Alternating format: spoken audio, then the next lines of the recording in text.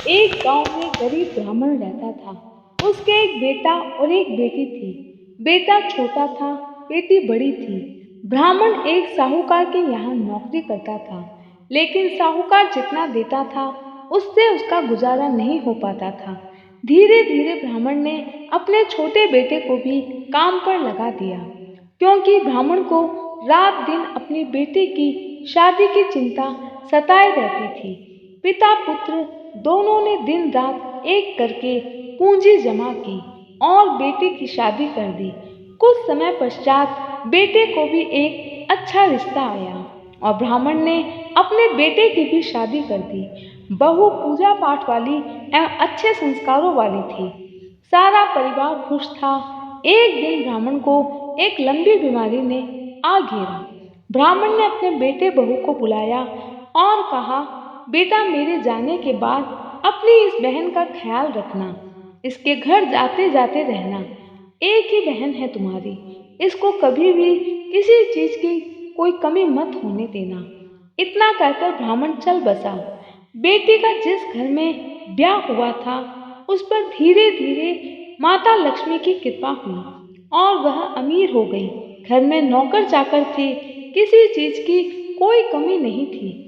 अब वह अपने भाई के घर आती जाती नहीं थी, बल्कि उसको अपने भाई को भाई कहने में शर्म आती थी।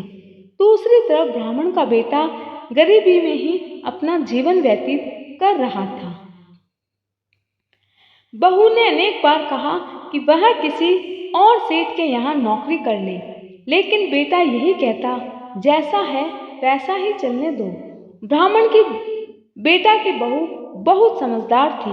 वह भोलेनाथ की भक्त थी। भोलेनाथ के मंदिर में पूजा पाठ करती, सफाई करती। उसे अपने गरीबी से कोई शिकायत नहीं थी।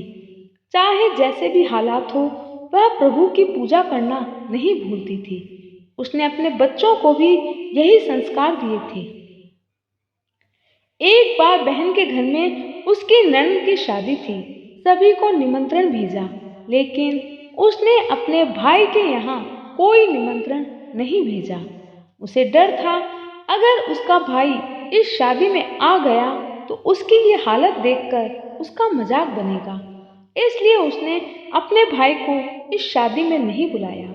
जब भाई को किसी तरह दूसरे लोगों से यह मालूम चला तो उसने यह बात अपनी पत्नी को बताई और कहा, मुझे अपनी बहन के यहाँ उसकी ननद की शादी में जाना है।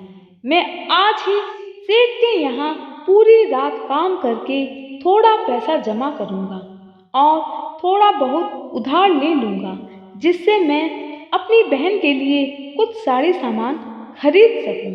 तब उसकी पत्नी बोली, आपको आपकी बहन ने नहीं बुलाया है, फिर क्यों जाते हो? शास्त्रों में लिखा है, जहाँ मान सम्मान ना हो वहाँ जाना नहीं चाहिए। यही समझदारी है, अतः आप ना जाएं। लेकिन ब्राह्मण का बेटा नहीं माना और वह जिद करने लगा। पत्नी ने भी ज्यादा कुछ नहीं कहा और अपनी क्षमता के अनुसार साड़ी, कपड़े, मिठाई की व्यवस्था कर दी। भाई बहुत ही प्रसन्नचित्त होकर अपनी बहन के यहाँ चल दिया। रास्ता बहुत लंबा था। भाई को भूख लगी, लेकिन बहन के प्रेम ने सब कुछ भुला दिया और वह चलता रहा। जब भाई बहन के घर पहुंचा तो बहन की देवरानी ने बहन के भाई को देख लिया और कहा, जेठानी जी, इधर चलिए, जरा देखिए, मुझे आपका वो भाई लग रहा है। बहन देखकर घबरा गई, सोचने लगी, मैंने तो भाई को बुलाया नहीं, फिर वह यहाँ क्यों आया है? उसे डर था, अगर मेरा भाई अंदर आया तो सबको पता चल जाएगा और मेरा मजाक बनेगा। इसलिए उसने अपनी देवरानी से कहा, तुम मेरे भाई को घर के पीछे के रास्ते से ले आओ। बहन की देवरानी समझ गई थी, लेकिन उसने अपनी जेठानी की बात मानी और उसके भाई को पीछे के रास्ते से ले आई। तब बहन भाई को देखकर कहने लगी, तुम यहाँ क्यों आए हो? मैं तो तुम्हें नहीं बुलाई, तुम ऐसे फटे चिथड़े पहनकर आए हो, तुमने मेरी इज्जत खराब कर दी। तब भाई बोला, बहन, मैंने तो बहुत ही साफ सुथरे कपड़े पहने हैं। हाँ, मैं तुम्हारे जितना अमीर नहीं हूँ, इसलिए मैंने सीधे साधे कपड़े पहने हैं। तब बहन बोली, और ये जो हाथ में थैला है, इसमें क्या लाए हो? भाई बोला, इसमें साड़ी है और ये मिठाई है। तो बहन बोली, ऐसी साड़ी मेरी नौकरानी भी नहीं पहनती, और मिठाई जब अपने ये तो मैं अपने घर के नौकर में बांटूंगी, तो नौकर भी यही कहेंगे, दीदी ऐसी मिठाई आपने पहले तो कभी नहीं थी। मैं तुम्हें यहाँ देखकर बिल्कुल भी खुश नहीं हूँ, बल्कि मैं तुम्हें देखकर शर्म महसूस कर रही हूँ। चले जाओ यहाँ से। बेचारा भाई बहन के ताने सुनकर तुरंत वहाँ से चला गया। 2 दिन का भूखा प्यासा रास्ते में कुछ देर तो चला, लेकिन बाद में बेहोश होकर गिर पड़ा। माता पार्वती और भगवान शंकर ये सारा दृश्य देख रहे थे। तब माता पार्वती बोली, प्रभु इसकी पत्नी आपकी कितनी पूजा पाठ करती है। आपकी पूजा के बिना एक दाना भी अपने मुंह में नहीं डालती। अगर आज उसके पति की रक्षा हम नहीं करेंगे तो कौन करेगा? आप कुछ कीजिए। तब भगवान शंकर और माता पार्वती एक बूढ़े ब्राह्मण और ब्राह्मणी का वेश धारण करके उस भाई के पास गए। माता ने उस भाई का सिर अपनी गोद में रखा, उसके सिर पर हाथ फेरा और बोली, बेटा क्या हुआ? मैंने तुम्हें दूर से देखा, तुम अचानक ही वहां गिर पड़े।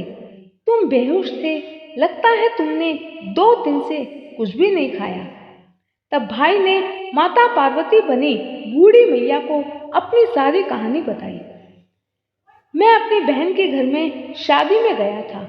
उधार लेकर अधिक मेहनत करके किसी तरह मैंने खर्च की व्यवस्था की, सुंदर साड़ी खरीदी, मिठाई खरीदी, लेकिन मेरी बहन को ये सब देखकर शर्म आ रही है।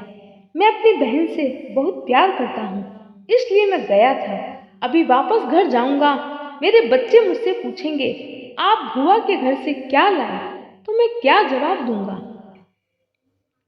तब माता पार्वती बोली, तुम चिंता मत करो, पास के बगीचे में अनेक तरबूज ककड़ी लगी हुई है, मैं तुम्हारे थैले में डाल देती हूँ। और माता पार्वती ने उस भाई का थैला तरबूज ककड़ी से भर दिया और माथे पर हाथ फेरते हुए उसे विदा किया। कुछ समय बाद जब भाई अपने घर पहुंचा तो भाई की पत्नी बोली, दीदी ने हमें क्या दिया है? बच्चे बोले, बुआ क्या भेजी है? तब भाई ने वह थैला अपनी पत्नी के आगे रख दिया और चला गया। बच्चे बहुत उतावले हो रहे थे, इसलिए बहू ने उसी समय वह तरबूज और ककड़ी काटी। काटते ही उसमें से सोना चांदी हीरे जवाहरात निकले। बहू देखकर सक पका गई और अपने पति को जोर जोर से आवाज देने लगी, लेकिन ब्राह्मण का बेटा तो बाहर जा चुका था। शाम को जब घर पहुंचा तो उसकी पत्नी बोली, देखिए दीदी ने हमें क्या दिया है। दीदी से हमारी गरीबी देखी नहीं गई और उन्होंने हमें इतना कुछ भेजा है। हम तो एक दिन में कितने अमीर बन गए। अब ब्राह्मण का बेटा बहुत ही सोच में डूब गया। उसने सोचा, रास्ते वाली बात मैं अपनी पत्नी को बताऊं या ना बताऊं। एक दिन पत्नी बोली, देखिए सुनिए, आप क्यों न अपनी बहन को यहाँ बुलाते हैं? आपकी बहन की वजह से ही हम अमीर बने हैं, तो क्यों ना आप अपनी बहन को 2 दिन के लिए यहाँ बुला लो। उसने हमें इतना पैसा दिया है, उस बहन को आपको बुलाना चाहिए। हम जी भर के उसकी खातिरदारी करेंगे, उसको धन्यवाद कहेंगे। तब भाई बोला, तुम ठीक कहती हो, मैं अपनी बहन को ले आऊंगा। और अपनी बहन को लाने चल दिया। उसने अच्छे रेशम के वस्त्र सिलवाए, बहन के लिए सुंदर साड़ी उपहार खरीदे। बहन के घर पहुंचा तो फिर से उसकी देवरानी ने देखा और बोली, जेठानी जी लगता है इस बार भी आपका भाई आया है, लेकिन इस बार तो वह बहुत ही सुंदर रेशमी कपड़ों में है और हाथ में बहुत ही सुंदर उपहार दिख रहे हैं। तब बहन बोली, द्वार पर कौन बैठा है? तब देवरानी बोली, माँ बाबूजी बैठे हैं। तब बहन बोली, ठीक है, मैं अपने भाई को लाने खुद जाऊंगी। और अपने भाई को दूर से देखकर भाई के पास आती है और उसको ऊपर से नीचे तक देखती है, उसके गले मिलती है और बोलती है, भैया बाहर क्यों खड़े हो, अंदर चलो। भाई देखकर हैरान हो गया। मेरी उस दिन की बहन और आज की बहन में रात दिन का अंतर है। फिर सोचने लगा, हाँ ये सब तो पैसे की माया है। तब भाई बोला, बहन तुम्हें बहुत दिन हो गए हैं मायके आए हुए। तुम्हारी भाभी ने बहुत याद किया है और बच्चे भी बहुत याद कर रहे हैं। क्यों न तुम 3-4 दिन के लिए हमारे घर चलो। बहन खुशी खुशी भाई के साथ जाने के लिए तैयार हो गई। भाई बहन को घर ले आया, उसकी खातिरदारी की। भाभी ने उसका मनपसंद खाना बनाया। भाभी ने बहन के हाथों में मेहंदी लगाई, सुंदर लाल साड़ी पहनने को दी। कुछ दिन पश्चात बहन बोली, अब मैं वापस अपने घर जाऊंगी। जाते जाते मेरी बहुत इच्छा हो रही है, मुझे एक जूती दिलवा दो।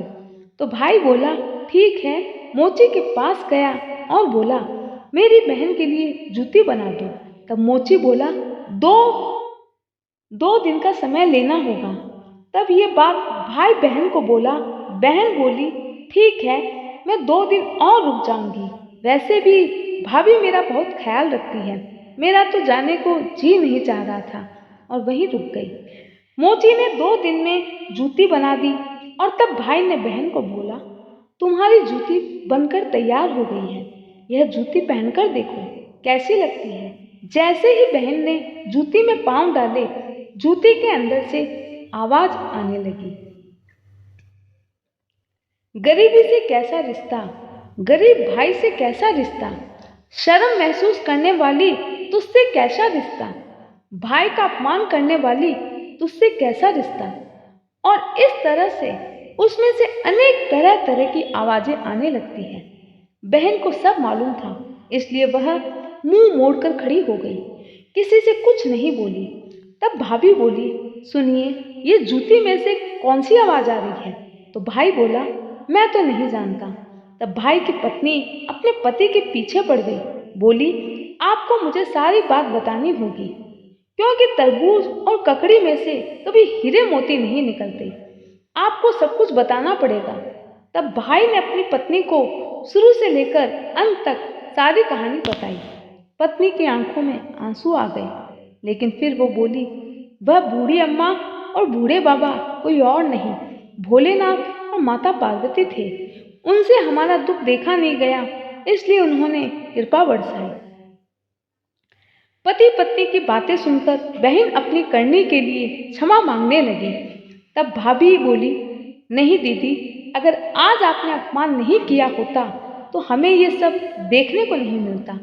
आखिर ये सब हुआ तो आप ही की मेहरबानी से है, इसलिए हमें पुरानी बातें भुला देनी चाहिए और आपको भी अपनी बहन को बहुत ही अच्छे से विदा करना चाहिए। बहन को अपनी गलती का एहसास हुआ और अपने भाई भाभी से माफी मांगने लगी।